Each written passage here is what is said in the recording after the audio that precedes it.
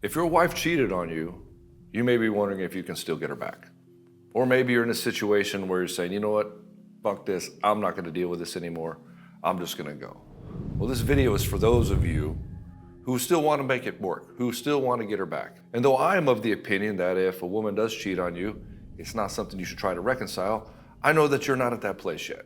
I know that you're at a place where you wanna see and try to do everything that you can to try to save this relationship. And there's a lot on the line. Being in this situation means that, hey, I gotta prove to myself and prove to her that I can be the guy that can turn this around. Because at some point in the past, things were working great. She loved you. She wanted to be with you. And she was showing you everything you want to see in a wife and a woman. That's why you married her. But somehow, over the years, it turned into this situation, and you don't know how to turn it around. What can you do to try to turn it around even when she's cheating? You see, the first thing a guy will do when he finds out that his wife is cheating on him is he'll just fall apart. He'll get really upset, he'll ask why, he'll try to figure out all the reasons why she decided to cheat, thinking that he can deconstruct this like a surgeon or like an engineer. If I could just break apart all the pieces of this and figure out what's wrong, like an engine, I can just fix that part in the engine, or maybe I can put a new turbo on it or something, and it'll hum along great, and I can get back to where we were. The problem with this is that this picking apart of it is not something that she can do for you, because this is an emotional game. And for most women, especially women that are gonna cheat on you, they don't really understand all the mechanics of why she's cheating. She just knows she feels a certain way with this guy and that she wants to be with this guy. Or maybe what happens is she's getting some small tidbit of what she was missing in a relationship, and she's hinging this entire affair on that. In other words, this guy may be a loser, but if you're starving for something, if you're thirsty for something long enough, hell, even piss starts to look good in the desert. And so for you, you'll probably say this guy is a loser. And most of the time, this is the case. In almost no case have I seen, of the 4,000 or 5,000 guys that I've directly worked with, has she upgraded from you. This notion of hypergamy in a cheating relationship is almost non-existent. I have not seen it. And so maybe it may be true out there in the world. It's not true in your situation. You're like, who is this guy? He seems like a loser. What did I do wrong? What does this guy have that I don't have? Why can't I turn this around? And so that's the wrong question to ask, because you're asking her all the things that you need to do to turn it around. And in the space of doing this, you're feeling a lot of anxiety, a lot of fear, a lot of worry, a lot of, will I ever find somebody else again? What does this mean for my family? What does this mean for my kids? And all of this drives your anxiety through the roof. And the more that it drives it through the roof, the more you look to her to make you feel better. Look to her for the answers. Tell me what I got to do to turn this around. You know, you're the one who's unhappy. You got to tell me what's wrong. And so what ends up happening is that she may say it, but she doesn't know how to articulate it right. And it's one of the reasons why your relationship devolved into this place, is because she can't communicate with you very well. Maybe she shut down, or maybe you're just emotionally not resilient, and you made her your sounding board for all your emotionality. Maybe you can't handle it when she's upset about something. Maybe you can't handle it when she denies you for sex or something of this nature. And so the first part of this is stop talking about the relationship. Really, what is there to talk about? She made a decision. She made a decision to go be with somebody else. She made a decision to go infatuate on somebody else, call it love, and then go and have a sexual relationship with this other person. And yet you want to go figure out what it is that you need to do to make yourself, prove yourself to her that she'll come back to you. The reason that you got to stop talking about this is because every time you do this, you're giving up all your self-respect. Every time you go in there and you try to figure out what's wrong, you reward her for being absolutely horrible to you. Being cheated on, as you know, is probably the most painful experience a man can go through, outside of maybe losing a child. Maybe you're even having suicidal thoughts. Not saying you go through with it, but I'm sure it's crossed your mind. Like, holy shit, everything that I have, everything that I work for is now being thrown out the window. And outside of that mourning, that sadness, that fear, and the knowingness that everything that you knew and thought is falling away is massive rage. You're pissed. And you have every right to be pissed, because it shouldn't have come to this to begin with. It shouldn't have gone here. It's ridiculous. Like, why couldn't we have just had a normal, grown-up, human, mature discussion? It always devolves into these blame games and arguing and fighting and calling names and belittling remarks and shaming and guilting and passive-aggressive behavior, cold shoulder, freezing you out for weeks at a time, using sex as a weapon. And so you get to this place where you feel like she's punishing you. And maybe she is. A lot of women will do this. They will punish their guy for years of neglect, or what they'll say is neglect. They'll say, well, I'm gonna make him feel as much pain as I felt. She can't really understand what it means to be cheated on as a guy. It's just not in her nature. She can't know it because she is not a man. And so she's going through this. You have no idea what's happening. You have no idea what's going on. You looking to her for answers just shows that you're desperate to get her back. And you might want your marriage back, but being desperate to get somebody back who has utterly betrayed you, betrayed your children, betrayed your marriage under God, betrayed your family and your future, shows that you do not have self-respect. And if you don't have self-respect, she cannot respect you, and attraction cannot flourish in a place of no respect. If she looks down on you, then your opinion of her doesn't mean a thing. In other words, she cannot be attracted to a guy she looks down upon. Think about it this way.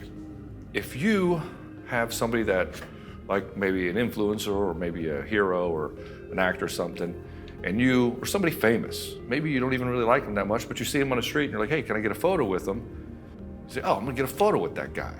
And then he gives you a compliment. You're like, oh shit, he gave me a compliment. I feel pretty good about that. It's because you perceive him as higher status than you. And so his compliment has more weight. Then some kid or some homeless guy comes up to you and gives you the same compliment. You're like, doesn't matter. Because you perceive that he's lower status than you.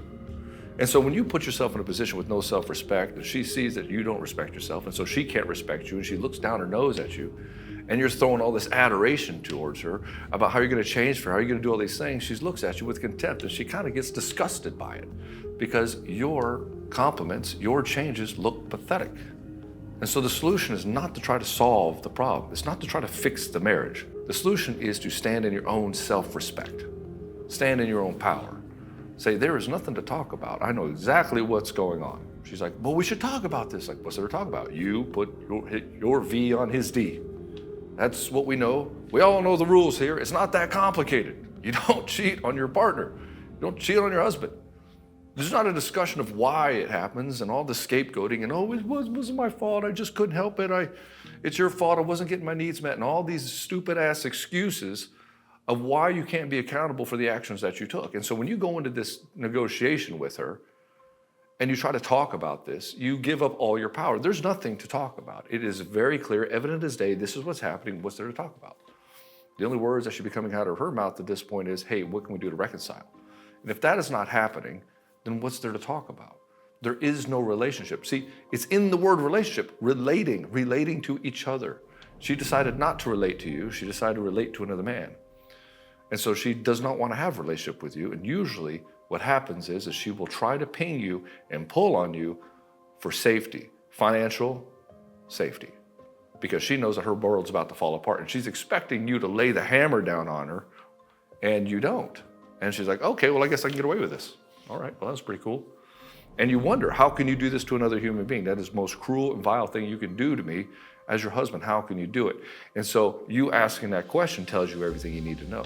She is capable of this, and you trying to plead with her, you trying to get her to see the better part of herself, and you see that it falls on deaf ears, so you get more frustrated, you get onto her more and more, and you try to teach her how to be just a normal human being. Like, how can you treat another person this way?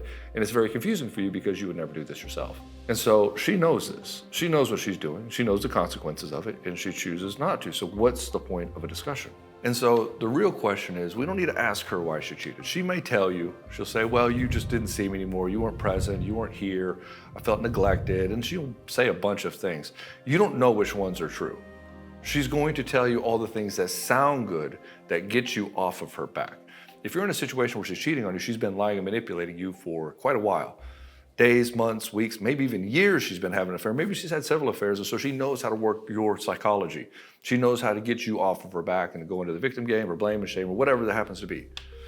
And so you going into conversation with her about this doesn't mean you're going to get the true answer. Because if she gave you the true answer, you might actually be able to become that guy. Or she doesn't want that guy. She doesn't want you to become that guy.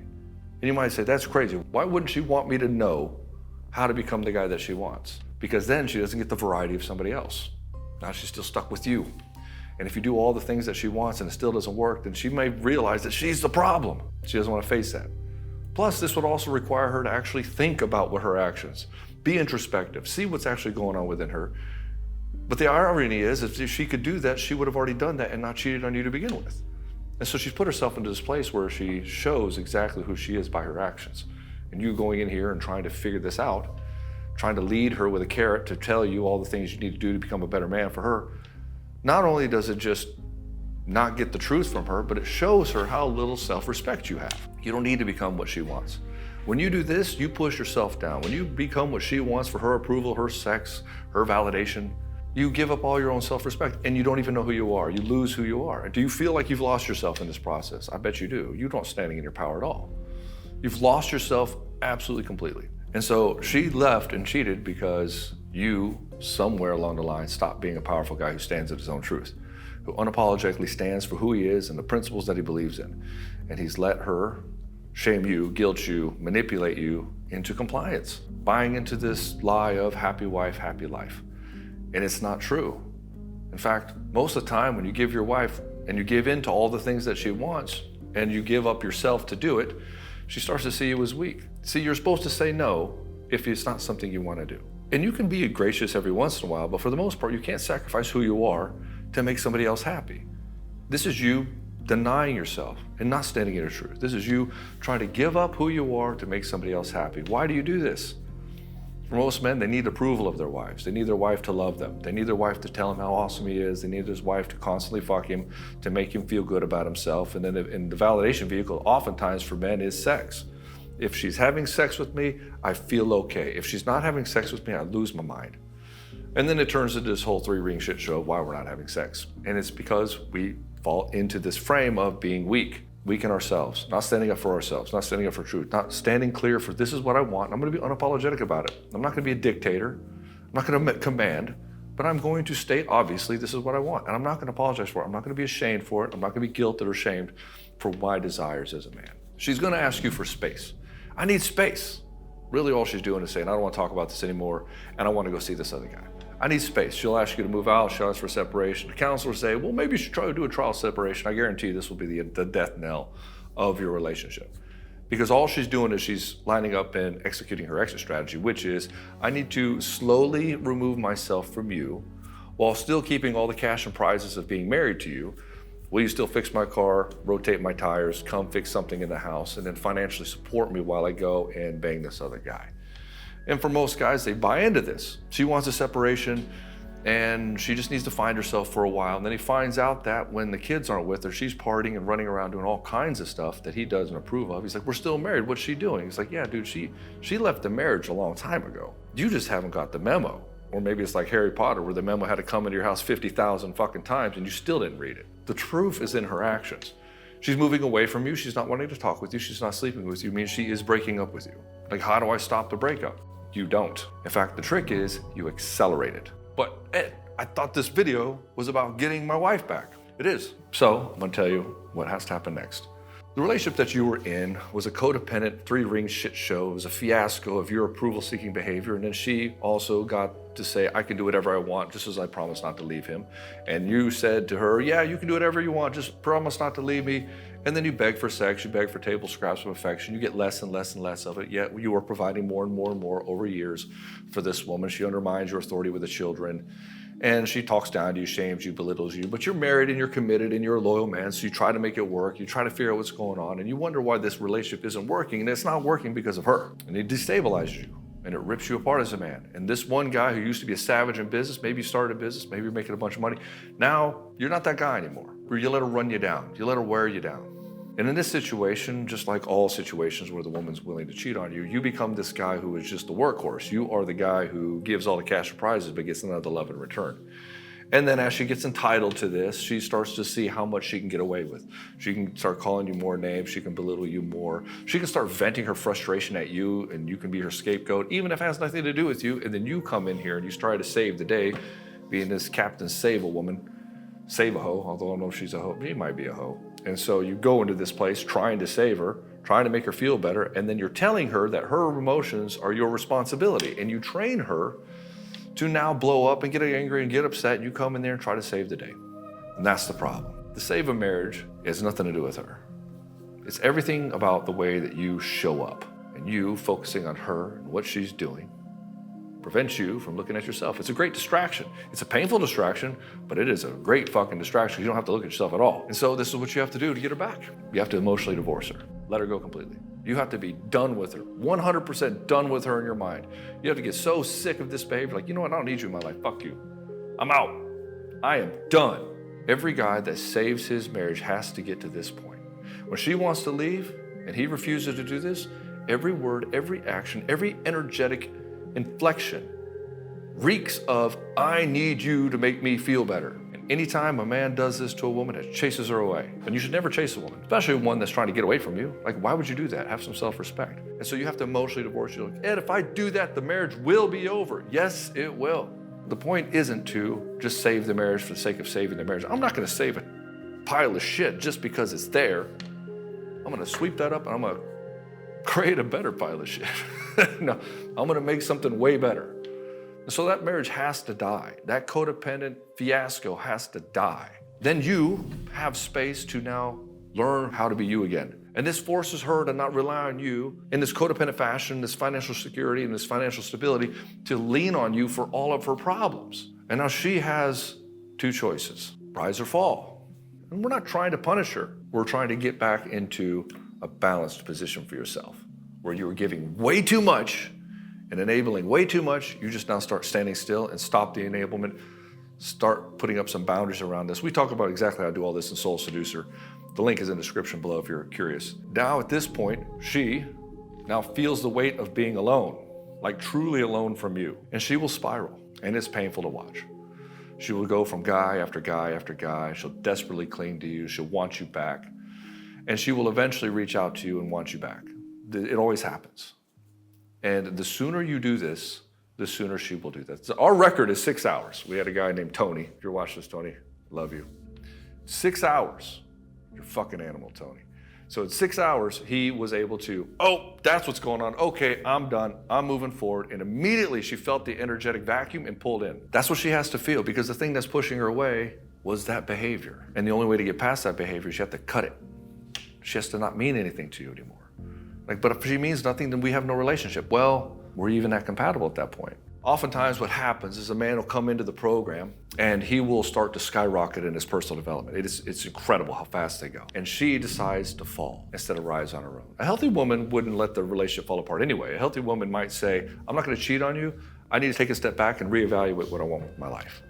That's totally valid and respectable. But going and cheating on somebody shows that they don't have that introspection, and so they just want to, it's a form of sedation. Instead of dealing with my problems, I'm gonna go bang somebody else and let that huge spike of emotion and emotional addiction distract me from the unhappiness that's within that I'm trying to get my husband to be responsible for. And so she'll go do this and she'll fall. She will. She will spiral, and it's hard to watch. But through that, she may decide to take some personal responsibility of herself and decide to emotionally rise. And she has to do that. And so oftentimes a woman won't. She'll double down on delusion instead of coming to truth. And you, as a man, you're rising so fast that there becomes this huge disparity in your levels of consciousness. You rising up, taking a lot of personal accountability and introspection and responsibility. I guess there's accountability as well. And she's just going further south. You'll see that she's not the woman that you married before. And then she'll want to come back. And then oftentimes the guy's like, yeah, I can't do that with you. I'm sorry. You haven't risen at all. I'm going to go right back to where I was, and my self-respect won't allow it. That's how it works. It's not an easy thing, but if you want to get her back, you have to emotionally divorce yourself of her first. Doesn't mean you have to legally get a divorce, but you have to emotionally be done and gone. It's the only way you save your self-respect, and it's the fastest way to get her to pull into you. If you still want to get her back in this way of needing her to make you feel better, to validate you, you're just going to keep pushing her away. It's not going to happen. That doesn't matter what tactic or move that you do. With the thousands of guys that I've worked with, this is the fastest path possible. Every other way, it's just delaying the inevitable. She'll cheat on you again. You'll always be begging for sex. She'll never appreciate you the way that you want her to. She'll never serve you as a man. She'll never let you lead. She'll always mistrust you. She'll always talk down to you, shame you, guilt you. And because you have this need, you will never set the boundaries hard enough and have the follow through and consequence of those boundaries to actually make them effective. Anyways, brother, I love you. If you enjoyed this, subscribe, hit like for the next one. If you want to ask me a question directly, maybe get on a call like this, you and I do a little bit of a coaching call, send me an email, ed@genuineattraction.com. Anyways, I love you, brother. I'll see you in the next one.